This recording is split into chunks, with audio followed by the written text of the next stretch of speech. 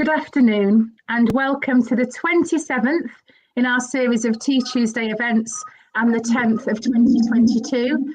My name is Hilary Woodhead. I am NAPA's Executive Director and I am delighted to host these live events which enable me to drink tea. I've got my tea here for Tea Tuesday and chat with industry experts who just happen to also be fabulous people. This is a special edition of Tea Tuesday in celebration of NAPA's national programme, Arts in Care Homes.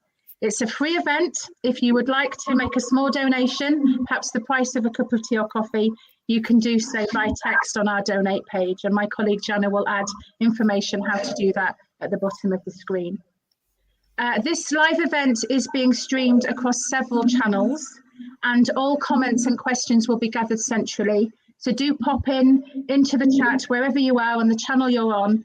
Any questions, any comments, and we will do our best to get to them live throughout the session. Today we are discussing inclusion in creative care in celebration of Arts in Care Homes. Arts in Care Homes is a 5-year programme managed by NAPA, led by Alison Teeder and funded by the Baring Foundation and the RAIN Foundation. Every day in care homes across the country, there are a wealth of arts and cultural activities taking place. And at NAPA, it is our job to make sure that everybody knows about them.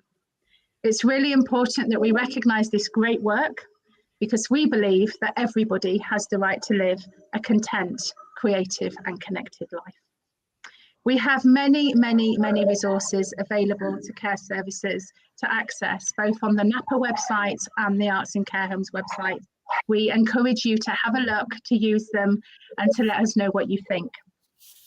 The National Day of Arts in Care Homes is an annual event. It takes place on Saturday, the 24th of September. We have a range of events going on all week as we lead up to the big day. Please get involved, tell us how you're getting involved, let us know what's happening, and you can share your events, your ideas, your comments, your suggestions on social media and tag us. And so to the topic of today, inclusion in creative care. Really, it's just my job to kind of set the scene and then I will hand over to Alison. But one of the things discussing in preparation for today was kind of what we mean by inclusion in creative care. And I think for NAPA, it really is about embracing difference. It's about encouraging participation and it's about celebrating every contribution. We hope that you'll find this event helpful and interesting. We would love you to contribute by, sharing your ideas in the chat, but also by making contact with each of the guests after the session today and finding out more about what they do individually and being part of Arts in Care Homes. So for now, I'm going to hand you over to Alison. Alison will tell you a little bit more and she will introduce her guests. Thank you. Thanks very much, Hilary. Yes, this is the second of our online events as part of our celebrations for the National Day of Arts in Care Homes. And as Hilary said, you can take part by organising an art activity, joining us online, sharing posts, and really just please help us highlight the importance of arts in care provision. Any kind of art form, any kind of care provision. We want to hear about it and share it. So today, we're absolutely delighted to welcome our guests, Jackie, Artie and Elizabeth. It's fantastic to have you all here. We've had a few tech problems, unfortunately. So Artie, we can hear her, but unfortunately we can't see her, but she is there and Artie will answer questions as well and take part in the conversation. So what are we talking about today? We really are looking at how can the arts contribute to diversity in care provision and how can they help to promote inclusion? So I think we're going to go around and just have a quick introduction with all of our speakers. So first of all, I'm delighted to introduce Elizabeth and Artie, who are the co-authors of Visionaries, a South Asian Narrative, really wonderful report, which came out, I think, earlier this year. But I'm going to ask firstly, Elizabeth, would you mind just introducing yourself and say a little bit about your background, please? Thank you for the introduction, Hilary. So I have been working for over 40 years with artists and communities. And when I started, I was mostly working with children and teenagers and their parents, families. But as I've grown older myself, I started to work with my peer group. And I got into this through working with Artie on a report about arts and dementia in the South Asian community. And then I was also asked then to do the evaluation for a fantastic festival of creative aging called Age Against the Machine that was organised by Enteleki Arts. I'm sure you know them. And then more recently working with Artie on Visionaries. So I've worked a lot with diverse communities. I've worked in India and Pakistan and Bangladesh. And I worked for many years in Tower Hamlets, where there's a really large Bangladeshi community. And so working with them was my introduction to working in Bangladesh and India and Pakistan. Thank you. Thanks very much, Elizabeth. And Artie, would you mind introducing yourself, please? Sure. Hello there, everyone. Sorry about the technology not working, but I'm going to introduce myself by saying that I'm kind of a South Asian woman with greying hair and light brown skin. I've been working for the past, 40 years as well, Elizabeth, my goodness, in the arts and community industry, largely in community arts or participation as it's called nowadays, and working with a range of communities, those with learning disabilities and those living with dementias, especially recently over the last decade or so. And I was, until very recently, it was nearly 3 years now, actually, running an organisation called Spare Tyre Theatre Company. But now I'm a freelance artist, and I'm just about to do some work actually out in Chichester. Wonderful. Thanks so much. And already I think you can see we've got a wealth of experience here. And then Jackie, over to you. Please tell us a little bit about yourself and the organisation you work for. Hi, my name's Jackie and I work for Jazan Arts. I'm one of the directors from Jazan Arts. And our aim at Jazan Arts is to put older people at the heart of our work and use creative arts to improve their resilience and well-being and quality of life. And like yourselves, we celebrate and embrace differences and celebrate contributions that older people have got to make. And we celebrate diversity and inclusion.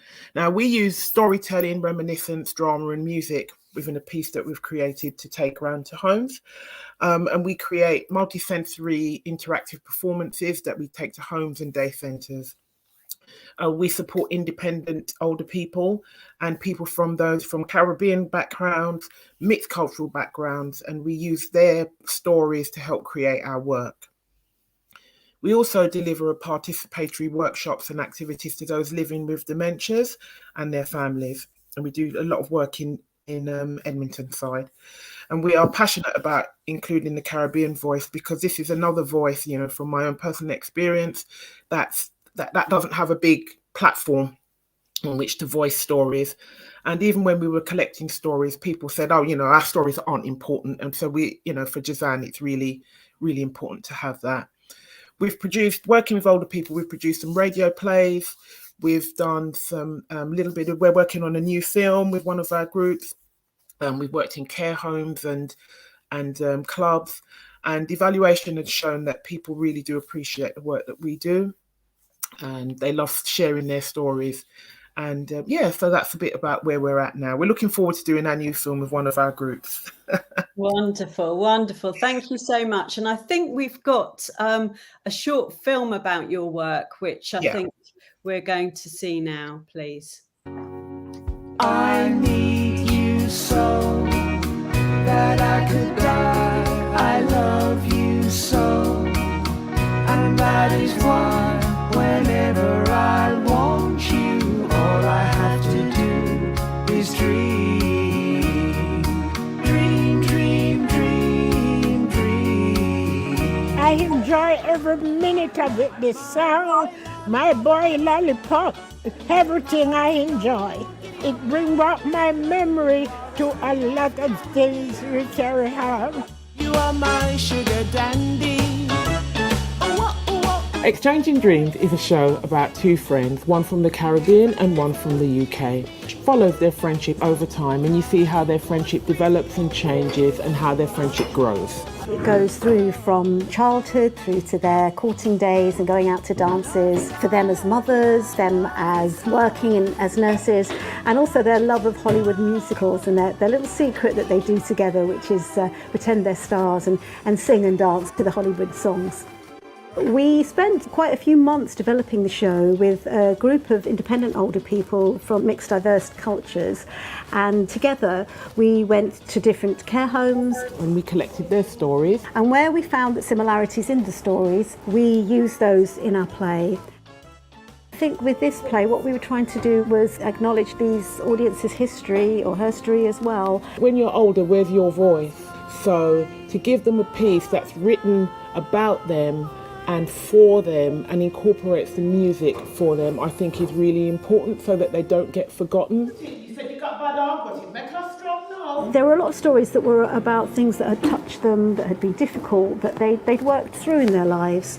One of the characters beginning to have dementia. So Exchanging Dreams is about exchanging dreams of their past lives, but also their future as well, and how they can still enjoy life, even if, you know, the memory is going, the cognition might be going a little bit. It's still important to live in the here and now. Doesn't matter if you forget things, that life is good now anyway, however you are, whatever's happening, you can still enjoy yourself. All you've got to do is call, and I'll be there.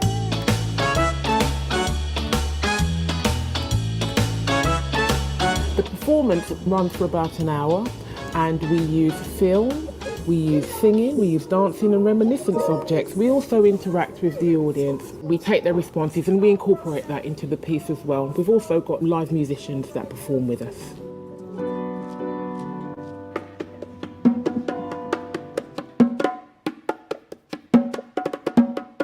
I love all the songs are all amazing, especially Que Sera Sera.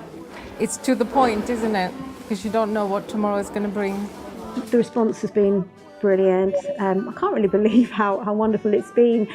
We've had people coming in looking quite miserable or even kind of vacant really, and start singing the songs and suddenly their face lights up. Some of them have said it takes them right back and it brings back memories, because when you look out into the audience you see people who might not be verbal, but when particular songs come on they start singing or they're moving a part of their body, which is just lovely to see. Oh, they were just so good.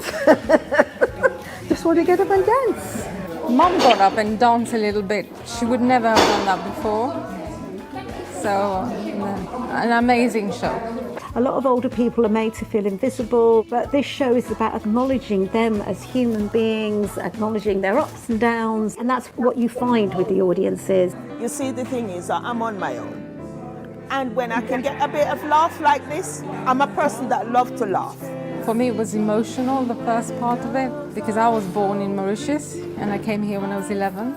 We really did want to spread a drop of joy, and I feel that this show does do that. It's nice to just give them a moment, so it's their time, their experiences, and you know they can share those memories amongst each other and laugh and sing and cry.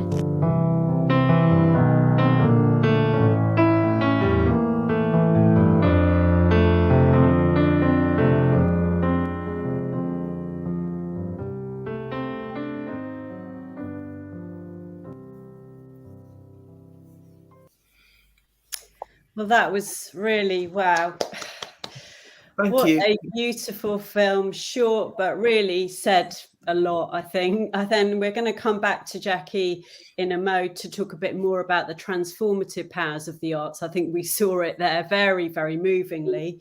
But I think, first of all, if I can just ask Elizabeth and Artie, between you, it'd be interesting to hear a little bit more about your report and perhaps some of the main findings which are relevant to this discussion about diversity and inclusion.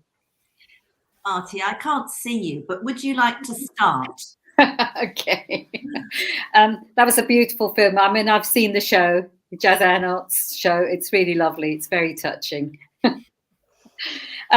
Okay, so I'm going to start by saying that both Elizabeth and I, as stated very clearly in the report, that we ourselves are older practitioners, and we wanted to see work done by, with, and for older people in all communities thrive. That was really important to us when we were considering what it is that we wanted to research. And of course, we're grateful to everyone who took part in it.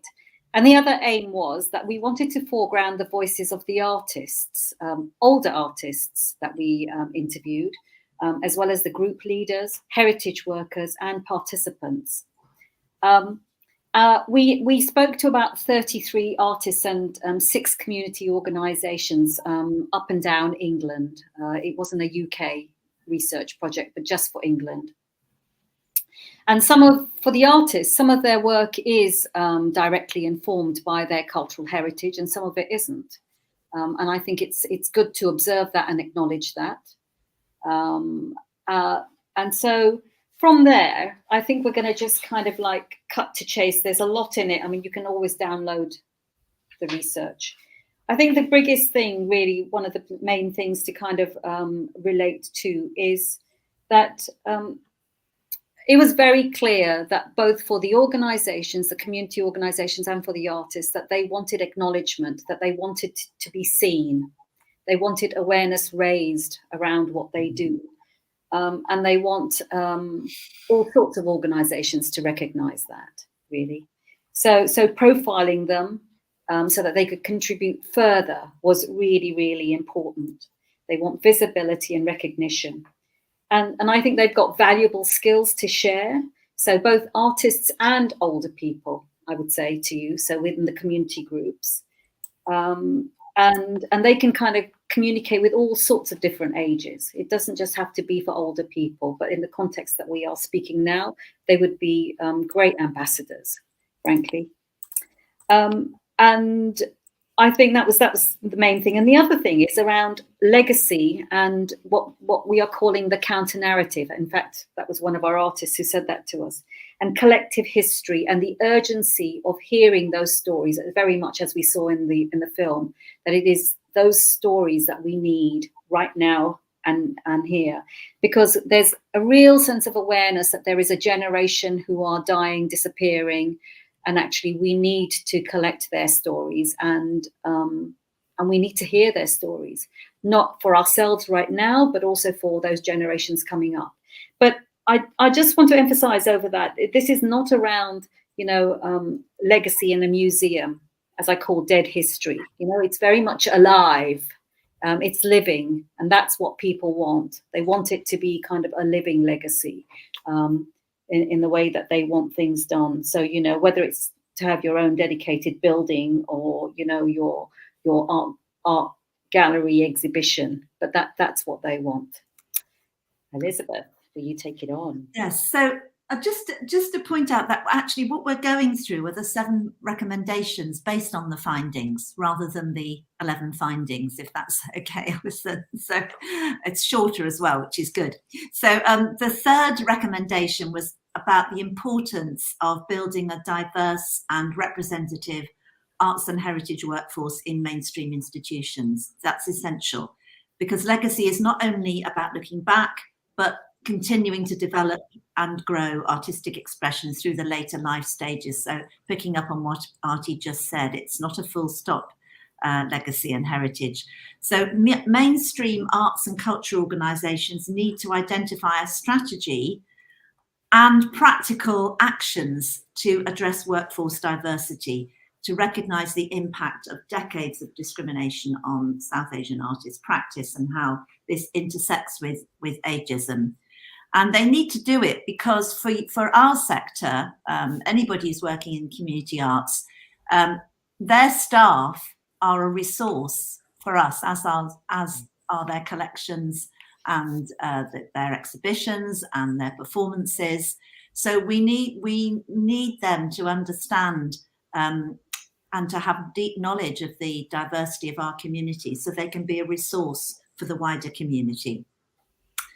And that leads me on to the next bit, which is that South Asian-led outreach and arts facilitation for older South Asians is effective and beneficial.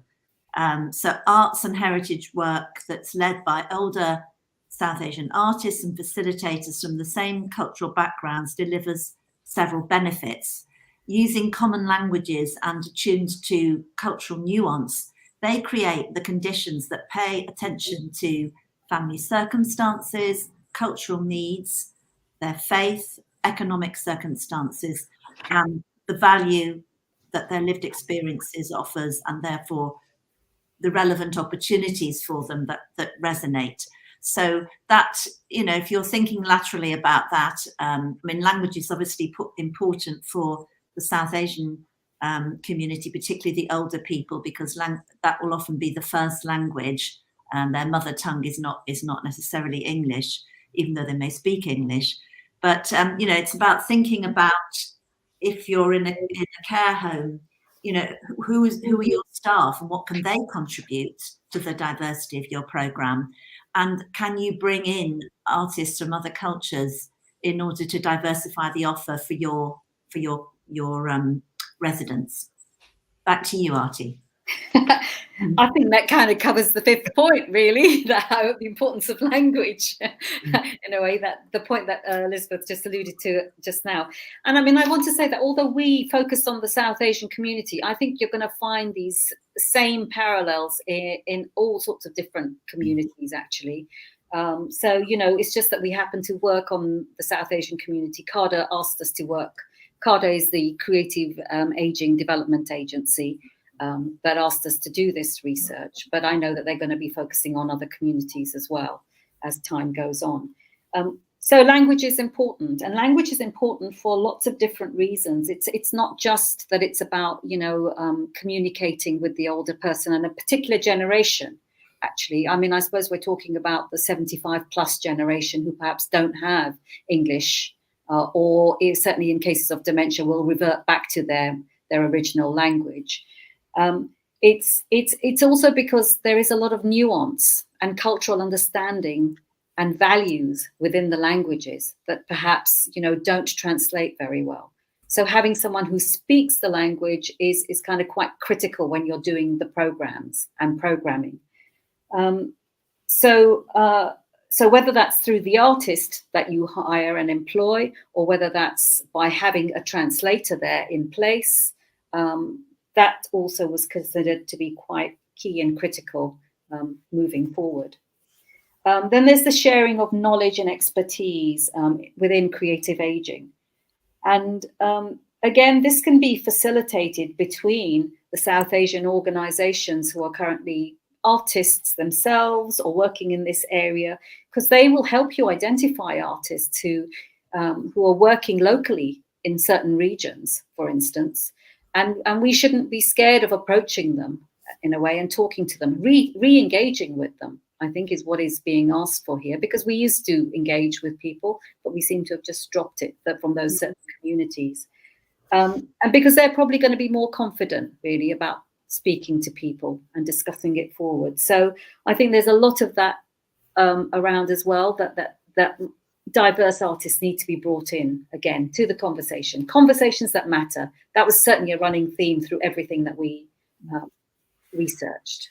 Absolutely agreed. Very, very interesting. And just to pick up on something Elizabeth said about the staff, absolutely, when we think about arts in care homes, we have seen, and we want to emphasize the benefits for staff, for their well-being, but also to include their knowledge, their experience, their stories, to make a much richer experience for everyone.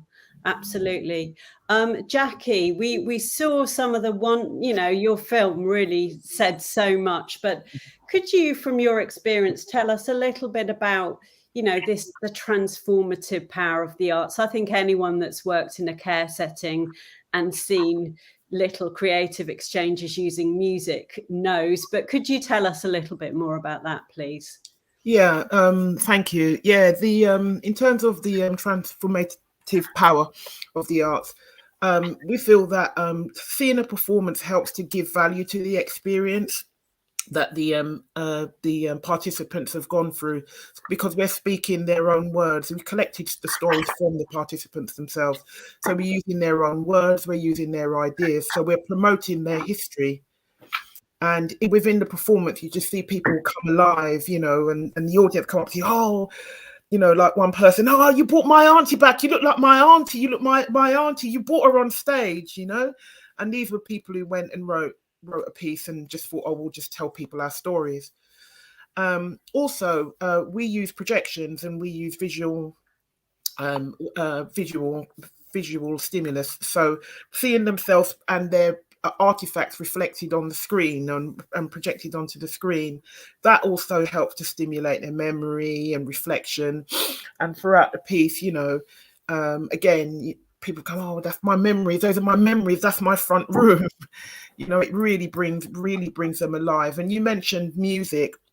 Now we use live music and recorded music, and music is so strong, as you all know, as artists. We've gone in and there have been people, because we do homes and day centres as well, and people have been quiet and very in and head bowed and not moving very much or not responding to a lot.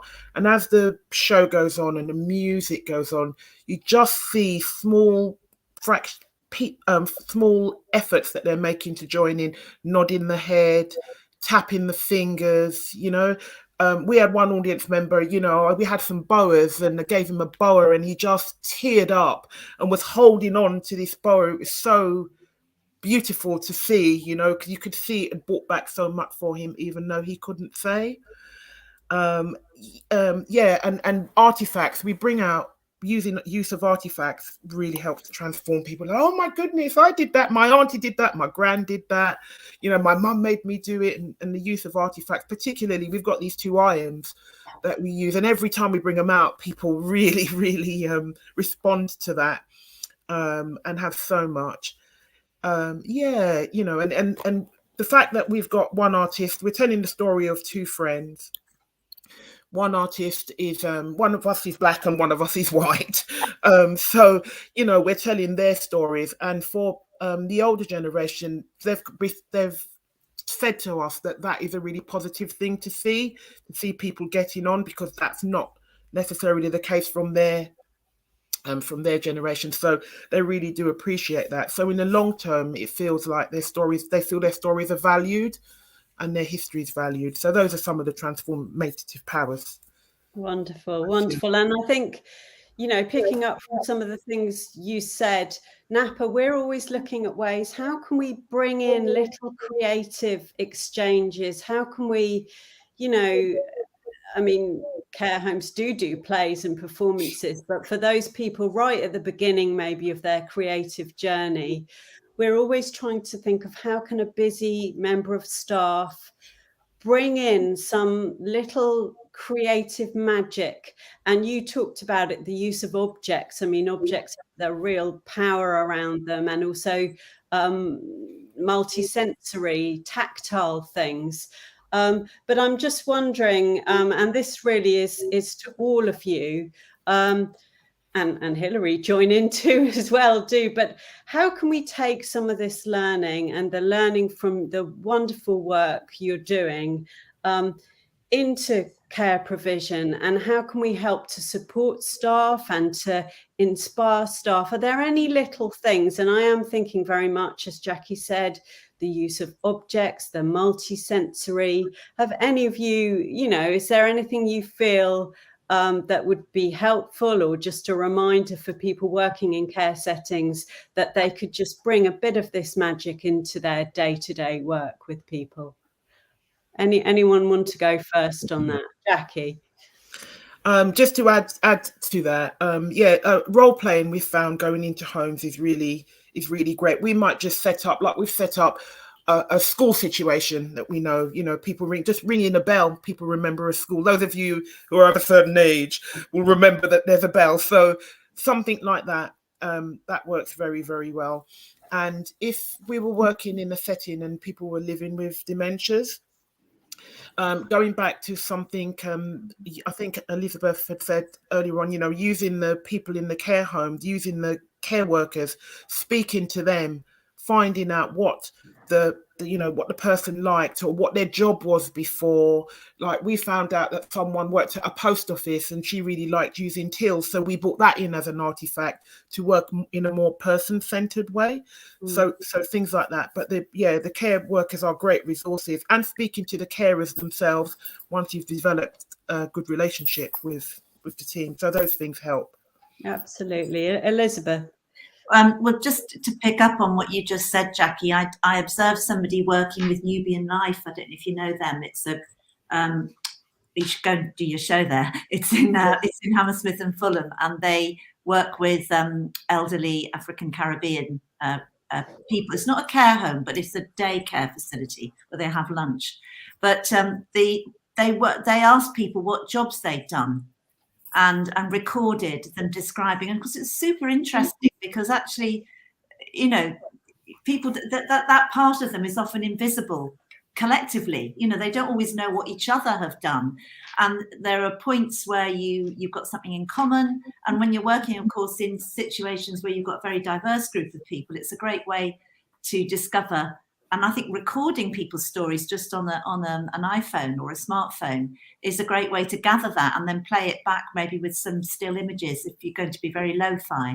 And then the second thing that I've seen, if you can afford to get an artist in to do something like an activity like making greeting cards, if they tell you what basic craft materials you need or art materials to replicate what they've done, then you've trained the staff as well as some of the residents, and they can then carry on doing that after the artist has gone. So it's about what legacy can the artist leave in terms of very simple skills, but also great materials to have. Yeah, absolutely. And if I may also add one more, is that I would say that actually we shouldn't go also perhaps sometimes for the obvious. That sometimes it's okay to bring in something what you perceive, piece of music, a very different piece of music. It doesn't have to be from a particular era or genre or whatever, but actually you can always test it out. If your residents or your clients don't like it, you'll know for next time. They'll certainly let you know. But actually you can do that because I think what some of this conversation is alluding to, we don't know each other. We don't know what our likes are, what our interests are, and perhaps we shouldn't make assumptions. I think, in my decades of working in care homes, that was one of the things that, that we shouldn't make assumptions about what people have done in the past, because perhaps it's not where they are here and now, in a way. And that's something to kind of like consider. So you can bring in music from all sorts of places. You can bring in art forms and artwork from all sorts of places, dance from all different regions. All folk traditions are simply set to a 4-beat rhythm. So, you can play different, you can actually have, like Punjabi music, but still do kind of a Morris dance to it if you want to. And really that's kind of what, that's the world we're living in right now. So, perhaps we should start reflecting that a little bit more. Absolutely. And I think that you've really picked Artie. You reminded me of during our celebrations for arts in care homes, the National Day, one of the lovely things that we often see is people learning new skills and taking up new interests when they come into care. We've seen that so many times. I've seen people who have discovered that they are artists. A woman who in her 80s would spend her whole time painting and won a national competition in her 90s. Residents who've taken up playing the drums, guitar, and it's really wonderful that actually the new, not only the things that you have liked and done in your life before, but actually that it's a stage where you can try new things. I think that's wonderful. I'm aware of the time. It always goes so quickly. We could chat all day. It's such an interesting subject.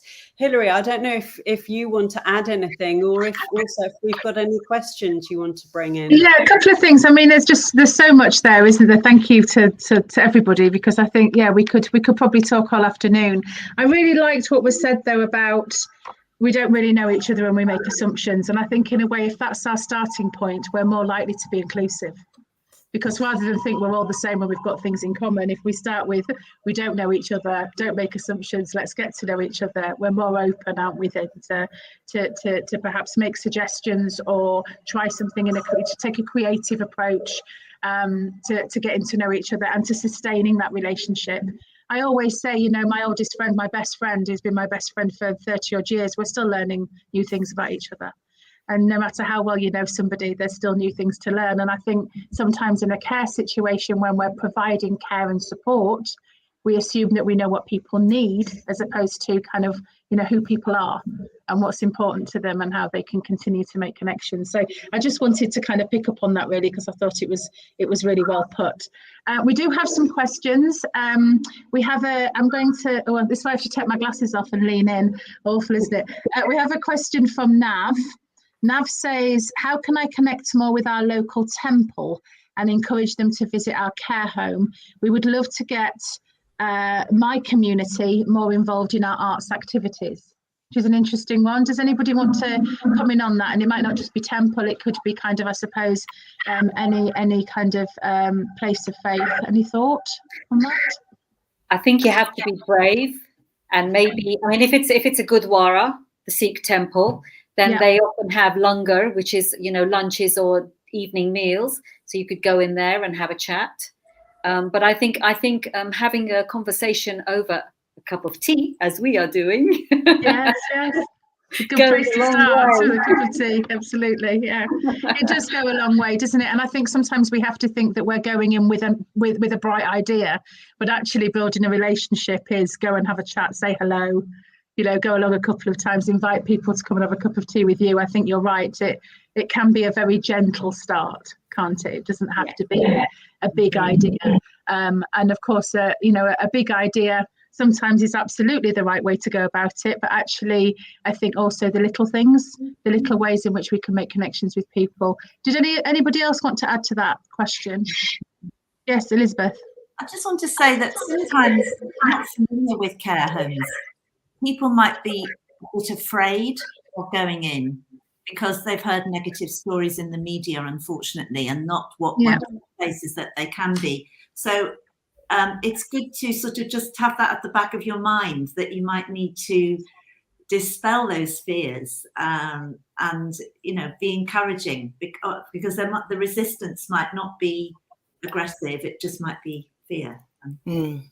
Useful to absolutely have. Yeah. And I think that's the image of care homes is changing, isn't it? But there is still some work to do, and to remind people that is just another house in the street. Yeah, absolutely. Good. Jackie, did you want to add anything to that? I was just thinking in terms of it is going in, it is being brave and sort of going in, you know, sort of carefully. But also sometimes just to go and offer yourself and say, this is what I can do. Would you like to see a taster? Yeah. You know, hello, have you got a group I could see? Sometimes that. Just something very, very gentle. And because it's about building trust, isn't it? Yeah, definitely. Offer yourself. I like that. Yeah. Brilliant. Alison, did you want to add anything?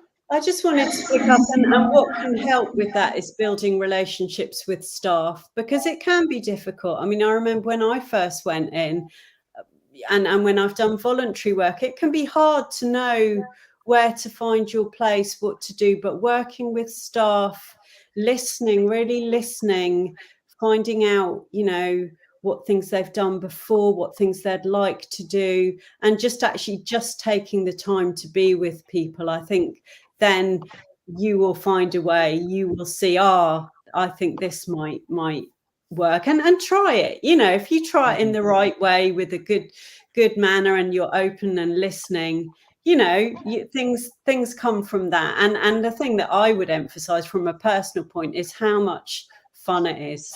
You know, it actually can be so rewarding. And again, that's the story that we don't hear enough. And I think, I know staff, managers and staff want us to put this across as well, that it is so bringing a little bit of art in, and we did see it on the Jazan film. It can be just so rewarding, very moving, informative and fun, massively fun.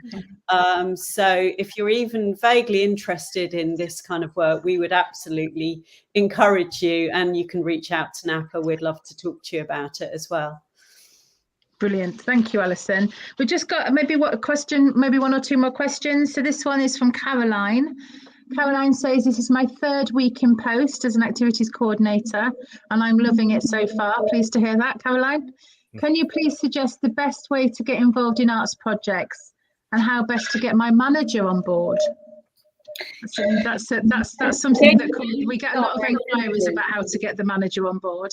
Well, I think it's about there's lots of examples of projects that have been done over the last few years. I mean, you know, a lovely one was, you know, writing letters with different generations, or getting people in the care home to write and post letters to each other. That's a way of doing them. And then you could just turn it into a tree, and you can hang people's stories from there. That's a very simple way, in a way. And if it's extending out to the community, and it doesn't cost very much. I know it's a consideration. That's the way to start doing things, really. I think there is an expectation sometimes, and we do hear this through our support line, our activity support service, that arts projects are going to be expensive. And I think it's important that they can be expensive, but they don't need to be. And like an example such as that is such a lovely, it really is a creative approach, isn't it, to using your resources wisely, but not getting too caught up in actually thinking that for it to be big and for it to be impressive has to be expensive. Alison, do you want to say anything about that? Because I know it is something through Arts in Care Homes that we're really passionate about. Absolutely. I mean, yes, to emphasize that people often think of, when you say art, visual arts, but we're absolutely talking about all kinds of creative exchanges using dance, poetry, drama. I think everyday creativity, crafts, nature related stuff, cooking can be a really good way. And especially if you're not massively confident with the arts yourself. Also, something which I've experienced, I've worked very closely with an aromatherapist who's done a lot of work. And I know Jackie in some of her work has explored the use of smell as well. Really fun things you can do. That what does the smell, what are the associations, what does it make you think of? And you could take some very small starting point and develop it into all kinds of things. You could write a poem, you could do some kind of group artwork, you could use music, but it's just like a small little creative exchange, which, as Hilary says, doesn't have to cost lots of money. And do ask relatives to help with that. If you've got a project you're doing and you need some props or something, they will be keen to help, because they want to see meaningful engagement. They want to see happy residents. They want to see happy staff. So do involve them, and also your wider community as well.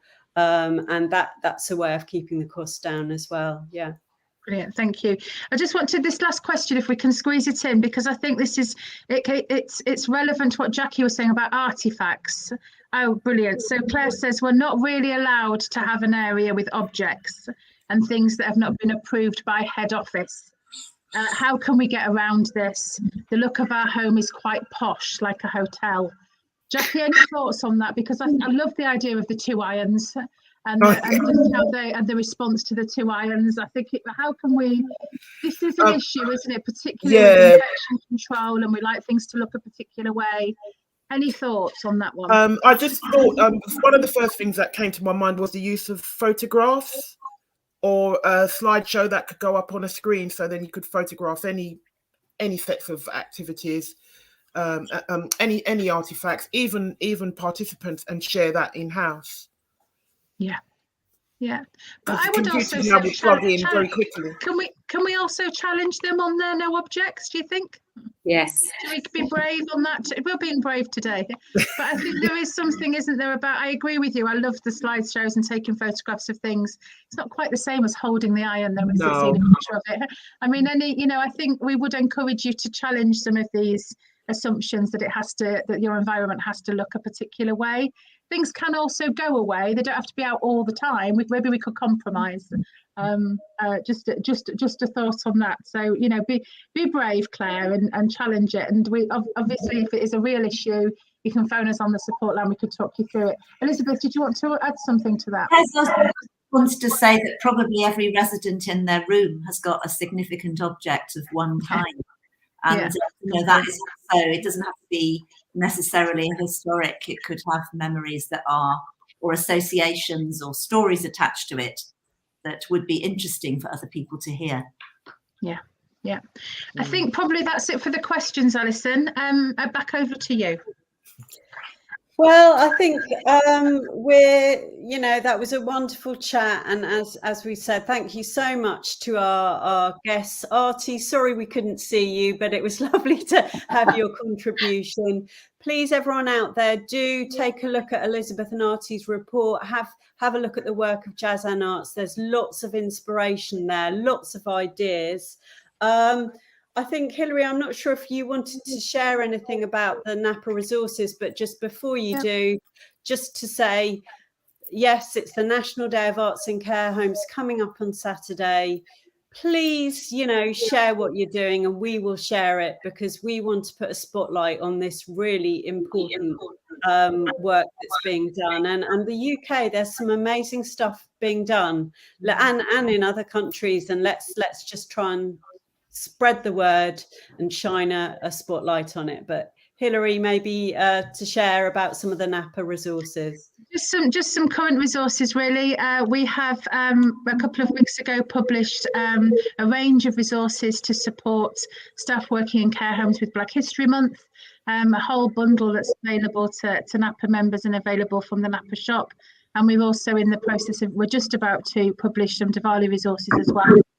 But there's a whole range of resources around inclusive creative care and activity that you can access through both the Napa website and the Arts in Care Homes website. If there's anything missing, let us know, and we'll look to develop it for next year and do all we can to work collaboratively with our partner organisations and our friends across the sector. I found this really inspiring. Thank you all very much for your contributions. Just to say, there are lots of events this week. Have a look on Eventbrite. Please sign up, come back and see us throughout the week. Our next Tea Tuesday will take place on Tuesday, the 18th of October.